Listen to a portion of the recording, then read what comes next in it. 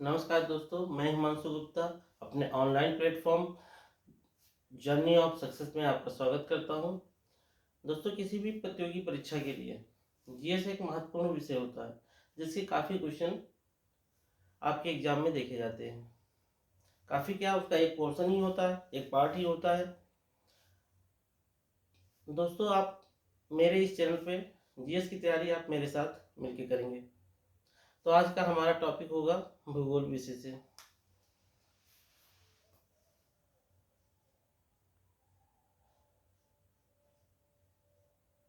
भूगोल, ठीक।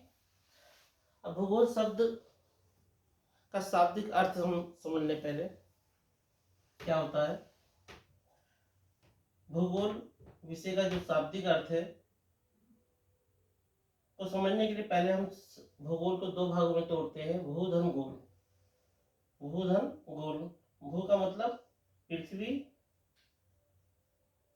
धरा, ठीक, और गोल यानी कि गोल यानी कि पृथ्वी के चारों ओर। गोल का मतलब पृथ्वी के चारों ओर, चारों ओर, ठीक। तो पृथ्वी के चारों ओर जो भी कुछ है उसका वर्णन, उसी का अध्ययन करना ही भूगोल है, भूगोल के अंतर्गत आता है, ठीक। तो हमें कुछ अंदाजा हो गया कि भूगोल विषय में हम क्या पढ़ते हैं, ठीक। भूगोल विषय में पृथ्वी के चारों ओर जो भी कुछ है उसका अध्ययन ही करते हैं, ठीक। अब भूगोल के कुछ महत्वपूर्ण फैक्ट्स जो एग्जाम में पूछे जाते हैं, बहुत इंपॉर्टेंट होते हैं, उन्हें हम पहले जान लें कि फादर ऑफ ज्योग्राफी, भूगोल के पितामह कौन है। तो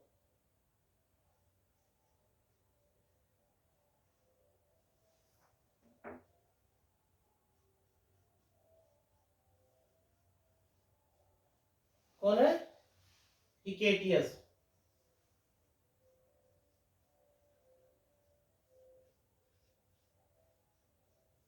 ठीक।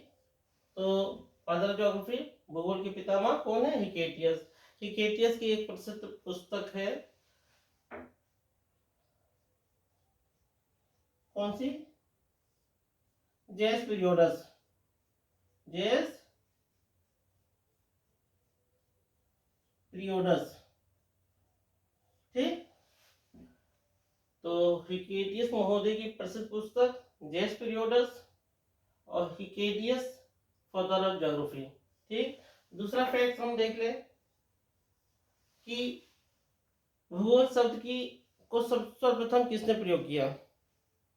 तो एक महोदय है इरेटास्थनीज, इन्होंने भूगोल शब्द को सर्वप्रथम प्रयोग किया। इरेटास्थनीज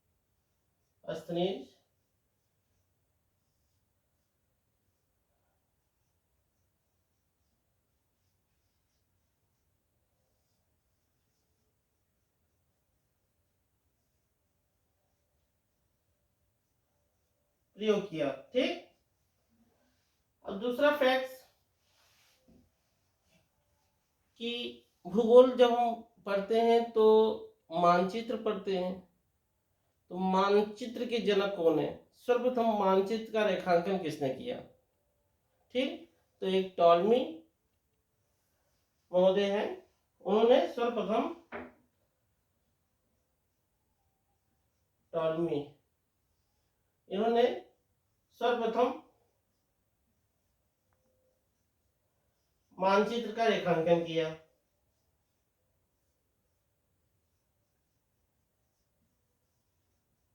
ठीक। कहा जाता है कि जब ये मानचित्र का रेखांकन करना प्रारंभ किए तो उन्होंने सर्वप्रथम बंगाल की खाड़ी का ही रेखांकन किया, ठीक। इनकी एक प्रसिद्ध पुस्तक है आल्मा जेस्ट,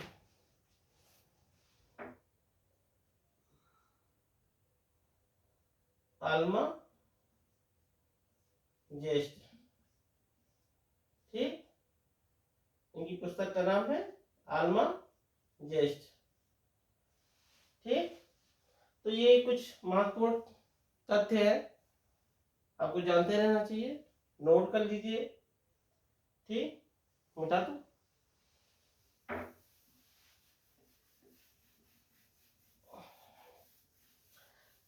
चलिए अब हम शुरुआत करते हैं इंडियन ज्योग्राफी से, भारत के भूगोल से।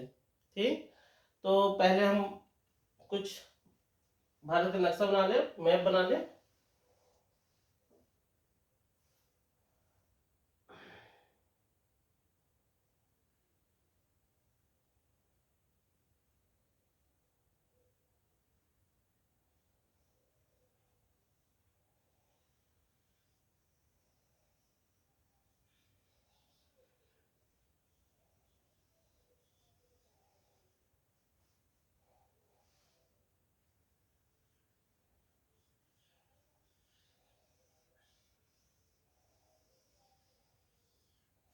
ठीक, बहुत अच्छा नहीं बन पाया है, लेकिन हमारे अध्ययन के लिए पर्याप्त है। अच्छी ड्राइंग ना होने की वजह से मैप अच्छा नहीं बन पाया। ठीक, कुछ हद तक का ये मैप हमारे समझने भर का पर्याप्त है, तो इसी पे हम अपना अध्ययन प्रारंभ करते हैं। तो ये हुआ भारत का मैप। अब अगर आप भारत के मैप को देखेंगे या भारत को देखेंगे मानचित्र पे, तो आपको मिलेगा कि ये जो बाउंड्री है, ये रेखाएं हैं, ये भारत की सीमाएं हैं। और ये भारत की सीमाएं या बाउंड्री दो प्रकार की हैं।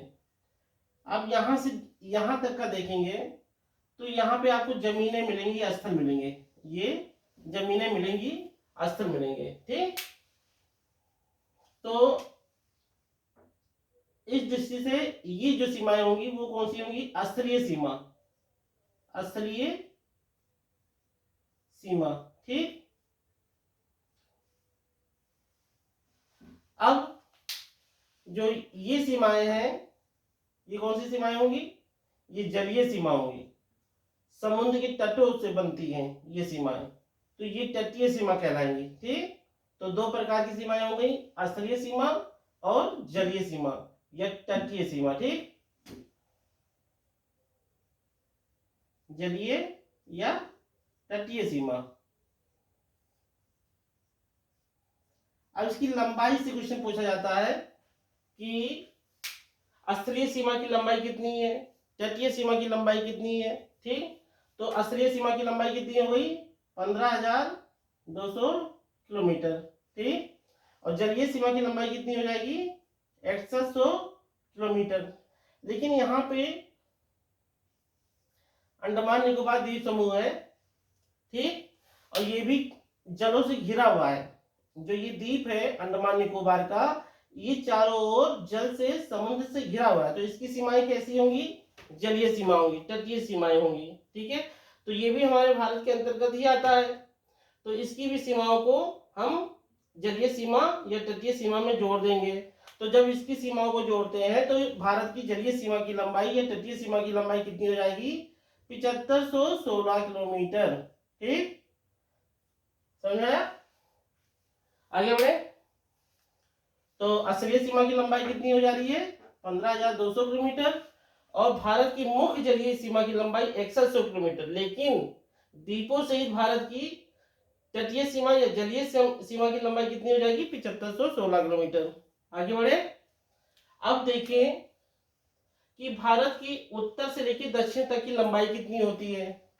ये हुआ उत्तर से लेके दक्षिण तक की लंबाई कितनी होगी? तो कितनी होगी?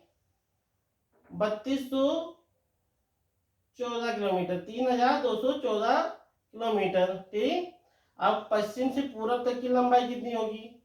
तो 2933 किलोमीटर।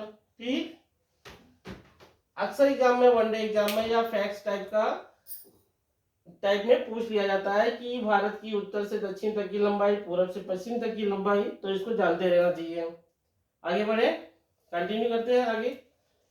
अब देखते हैं कि भारत की सीमाओं को कुछ देश छूते हैं, कुछ देश की सीमाएं छूती हैं, तो वो कौन कौन से देश हैं? उससे भी क्वेश्चन पूछा जाता है कि कौन सा देश हमारे भारतीय सीमा को छूता है, कौन सा देश नहीं छूता है। ठीक, तो ससरी निगाह से देखते हैं, यहाँ पे पाकिस्तान तो है ही है, सभी लोग जानते होंगे। ठीक, अब यहाँ पे अफगानिस्तान थोड़ा छूता है, अफगानिस्तान, यहाँ पे चाइना छू रहा है, चीन, यहाँ नेपाल छू रहा है, यहाँ पे भूटान छू रहा है। ठीक, यहाँ बांग्लादेश है। ठीक, बांग्लादेश, यहाँ पे भूटान है, ओ सॉरी भूटान नहीं, म्यांमार है, म्यांमार है। ओके, आगे बढ़े। अब इसको याद करने के लिए एक ट्रिक है, बहुत अच्छी ट्रिक है। और यहाँ पे एक हमारा छूट जा रहा है, श्रीलंका है। ठीक, नीचे लटका हुआ है श्रीलंका। ठीक, तो इसकी भी एक ट्रिक है, बहुत अच्छी शानदार, तो याद कर सकते हैं। ट्रिक कौन है? श्री ने बचपन में एमबीए किया, एमबीए किया, क्या किया? एमबीए किया। किसने? श्री ने। कब? बचपन में।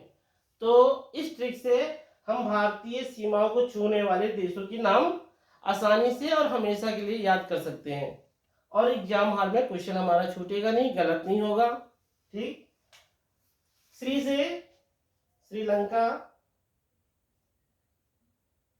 ठीक, ने को साइलेंट कर दो, बा से बांग्लादेश, ठीक, चा से चीन, पा से पाकिस्तान, ना से नेपाल, मैं को साइलेंट कर दो, एम से म्यांमार, ठीक, बी से भूटान, ए से अफगानिस्तान। ठीक, तो कितने देश? 1 2 3 4 5 6 7 8 देश हमारे भारतीय सीमा को छूते हैं। अगर अब क्वेश्चन पूछा जाए कि भारतीय जलीय सीमा को छूने वाला देश कौन सा है, तो श्रीलंका है। ठीक, आगे बढ़े। ठीक, इसे रफ कर दें। अब देखिए दोस्तों, ये जो भारत का सीमाएं हैं, इसके अंदर जितनी भी भूमि है, इसका क्षेत्रफल, इससे क्वेश्चन पूछे जाते हैं कि भारत का क्षेत्रफल कितना है। तो कितना क्षेत्रफल है? 32,87,263 किलोमीटर स्क्वायर। तो कितना क्षेत्रफल हो गया भारत का? 32,87,263 वर्ग किलोमीटर।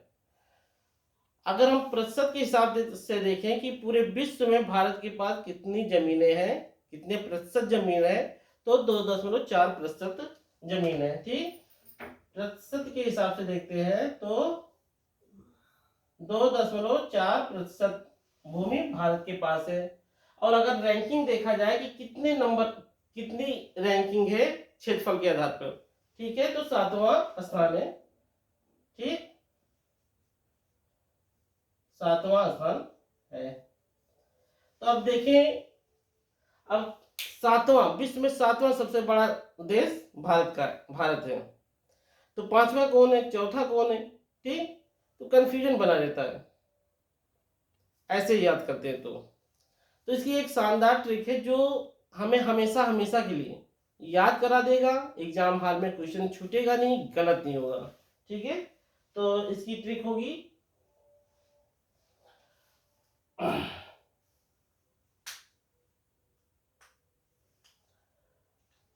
रुक चीन अब आया भारत, रुक चीन अब आया भारत। ठीक, रुक चीन अब आया भारत। आप अपने पड़ोसी देश चाइना को धमकी दे रहे हैं, धमका रहे हैं कि रुक चीन अब आया भारत, अब भारत आपको देखेगा। ठीक, अब इस ट्रिक से आप क्षेत्रफल याद कर सकेंगे। ठीक, जैसे डिफाइन करते हैं, रूस, कहां से कनाडा, चीन तो हो ही गया, आ से अमेरिका,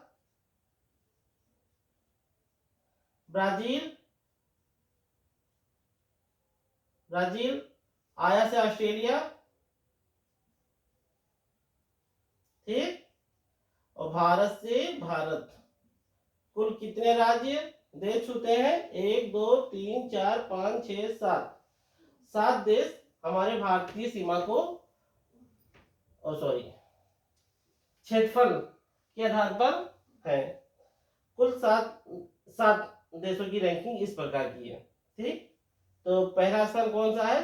रूस का, दूसरा Canada, China, America, Brazil, Australia, Bharat. तो पांचवा सबसे बड़ा देश कौन सा होगा? ब्राजील, ठीक। छठा ऑस्ट्रेलिया, तीसरे नंबर पे चाइना है। तो ये ट्रिक आपको हमेशा के लिए भारत पहले, दूसरे, तीसरे, चौथे रैंक के आधार पे देशों के नाम याद करा देगा। आगे बढ़े, समझ में आया?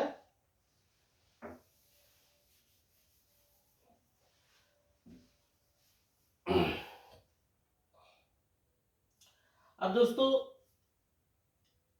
एक क्वेश्चन ये पूछा जाता है कि भारत का सबसे उच्चतम बिंदु कौन सा है, दक्षिणतम बिंदु कौन सा है, पूर्वोत्तर बिंदु कौन सा है और पश्चिमी बिंदु कौन सा है।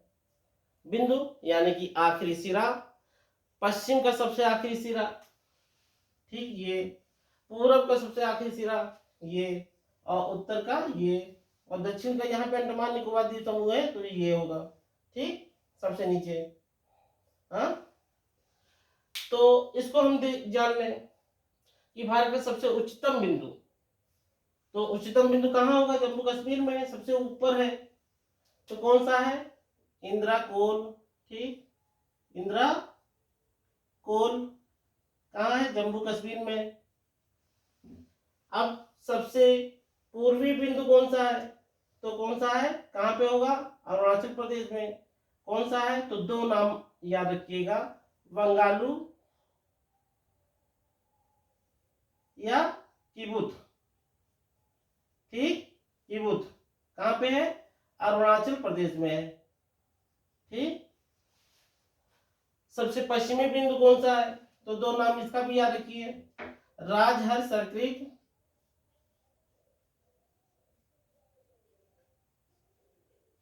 और दूसरा कौन सा है? गौर माता, गौरा देवी का मंदिर है यहाँ पे, इसलिए गौर माता भी कहा जाता है। ये कहाँ पे है? गुजरात में है, ठीक। अब सबसे दक्षिणतम बिंदु इंदिरा पॉइंट है,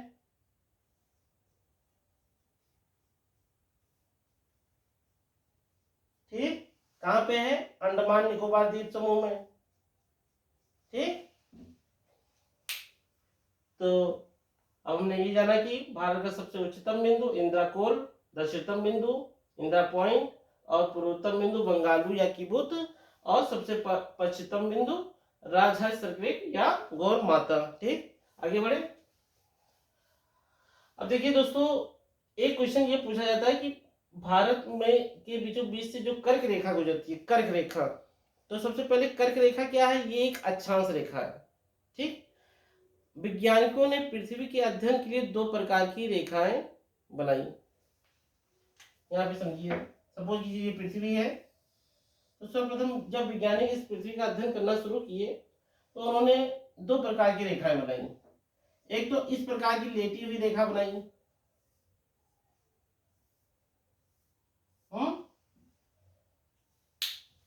और दूसरी खड़ी रेखा बनाई। इसे बहुत ढेर सारी रेखाएं बना दी, ठीक। तो ये जो लेटी हुई रेखा है, ये इसे अक्षांश रेखा कहते हैं। क्या कहते हैं? अक्षांश रेखा, लेटी हुई अक्षांश रेखा। और ये लेटी हुई है, इसलिए इंग्लिश में क्या कहेंगे? लेटीट्यूड कहेंगे। क्या कहेंगे? लेटीट्यूड, ठीक। और जो ये खड़ी हुई रेखा है, इसको देशांतर रेखा कहेंगे। और खड़ी है, लंबी है, इसलिए इंग्लिश में लॉन्गिट्यूड, ठीक, लॉन्गिट्यूड, लॉन्गिट्यूड। तो ऐसे ही विज्ञानियों ने बहुत ढेर सारी रेखाएं बनाई है। इस इन्हीं में से एक रेखा भारत के बीचों बीच से गुजरती है, उस कर्क रेखा का नाम रखा गया है कर्क रेखा, उस रेखा का नाम दिया गया है कर्क रेखा, ठीक। अब कर्क रेखा कितने राज्यों से होकर गुजरती है, इनमें से किस राज्य से छू के नहीं गुजरती है, इनमें से किस राज्य से छू के गुजरती है। ठीक है, तो इस टाइप के क्वेश्चन पूछे जाते हैं।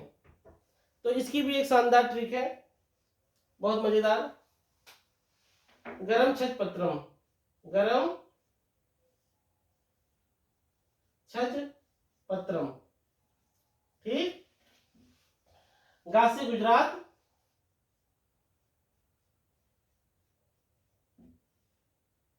राज से राजस्थान, मा से महाराष्ट्र,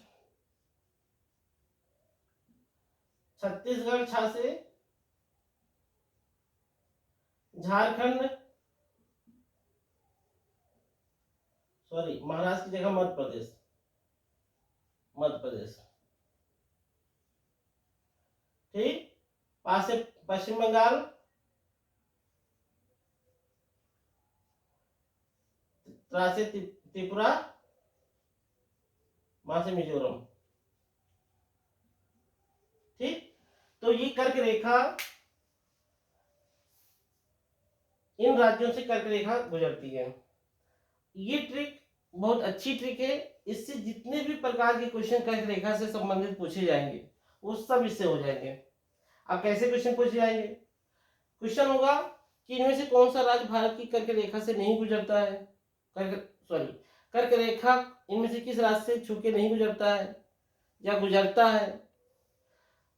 कर्क रेखा राज्यों के नाम दे देंगे, इन्हें पूरब से पश्चिम व्यवस्थित कीजिए या पश्चिम से पूरब की ओर व्यवस्थित कीजिए। ठीक, सब एक क्वेश्चन बनाने की कोशिश करता हूं समझाने के लिए। सपोज कीजिए क्वेश्चन आता है ये, मिजोरम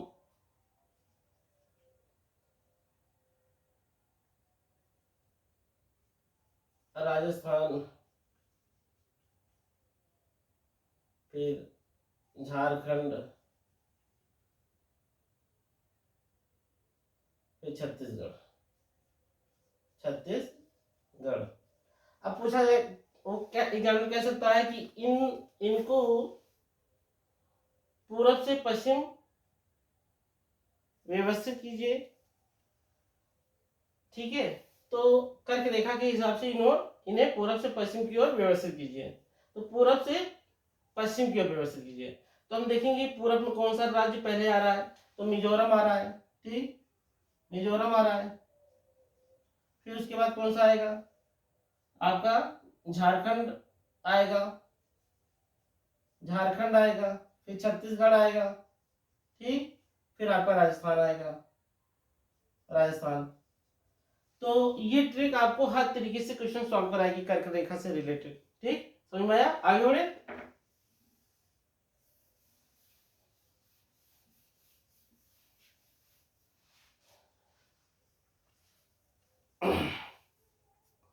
अब तो हमने देखा भारतीय सीमाओं से छूने वाले देशों को, कर्क रेखा समझा, और अब हम देखते हैं कि जो ये भारत की जलीय सीमा है या तटीय सीमा है, इनसे कुछ भारतीय राज्य छूते हैं। ठीक, तो एग्जाम में क्वेश्चन पूछा जाता है कि कुल कितने राज्य छूते हैं, कौन सा राज्य नहीं छूता है, कौन सा राज्य छूता है, इससे भी क्वेश्चन पूछे जाते हैं। तो इसकी भी एक शानदार ट्रिक है, ज़्यादा दिमाग लगाने की जरूरत नहीं। ट्रिक अगर हम देख लें हमेशा हमेशा के लिए वो याद हो जाएगा और एग्जाम हॉल में क्वेश्चन छूटेगा नहीं है। ठीक, आगे बढ़े, ट्रिक देखते हैं। गुम हुआ,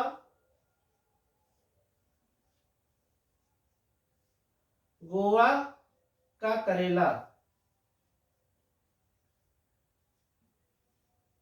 और बोट, BOAT, बोट। ठीक, ट्रिक बहुत शानदार है कि ये गोवा है, गोवा राज्य, गोवा, वहां पे दो चीजें, एक करेला है और एक बोट है, नाव। अब वो दोनों क्या हो गए, गुम हो गए। ठीक, तो इसी ट्रिक से हम भारत में तटीय सीमा से छूने वाले राज्यों के नाम याद कर सकते हैं। और ये ट्रिक आपको इस तरीके से याद करा सकती है कि भारत की पूर्वी तटीय सीमा को छूने वाले राज्य कौन कौन से हैं और पश्चिम सीमा को छूने वाले राज्य कौन कौन से हैं। ठीक, तो बू से गुजरात, मां से महाराष्ट्र, हुआ को साइलेंट कर दो गोवा, ठीक, का से कर्नाटक, करेला से केरल याद करिए, केरल, और वो साइलेंट कर दो बी से याद करिए पश्चिम बंगाल, ठीक, ओ से उड़ीसा याद करिए, ए से आंध्र प्रदेश,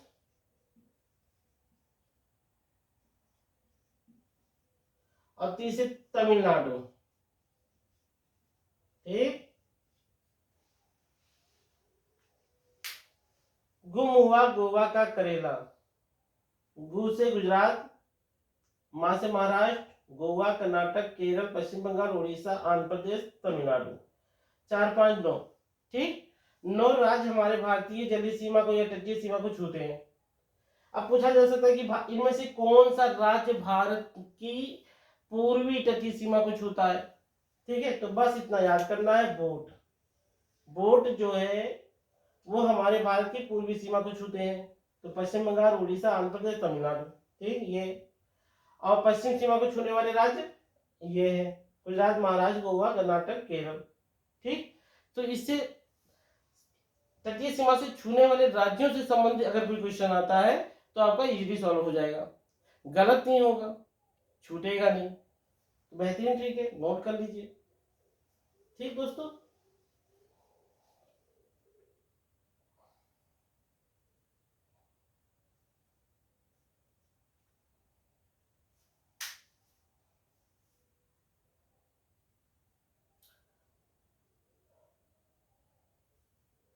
तो मेरे हिसाब से हो गया जो इसमें फैक्ट्स टाइप का बताना था। और ये मेरा ऑनलाइन यूट्यूब पे पहला वीडियो है, तो हो सकता है कि वॉइस क्वालिटी उतनी अच्छी ना मिल पाई हो, ना लाइट की क्वालिटी उतनी अच्छी हो पाई हो, ना उतना अच्छा प्रोफेशनल वीडियो बन पाया हो, लेकिन कंटेंट आपको जो मिला है वो बहुत बेहतरीन है, बहुत यूजफुल है, बहुत ही इम्पोर्टेंस है, जो हर तरीके से आपका एग्जाम में मदद करेगा। ठीक, अगर एक एग्जाम में एक भी क्वेश्चन आप इससे करते हैं तो हो सकता है एक क्वेश्चन से आपका एग्जाम क्रैक हो जाए और आप सफलता के पावदान पे पहुंच जाए। तो अगर वीडियो अच्छा लगा तो इसे आप सब्सक्राइब कर लीजिए और लाइक कर लीजिए, अपने दोस्तों, अपने मित्रों तक पहुंचाइए। धन्यवाद।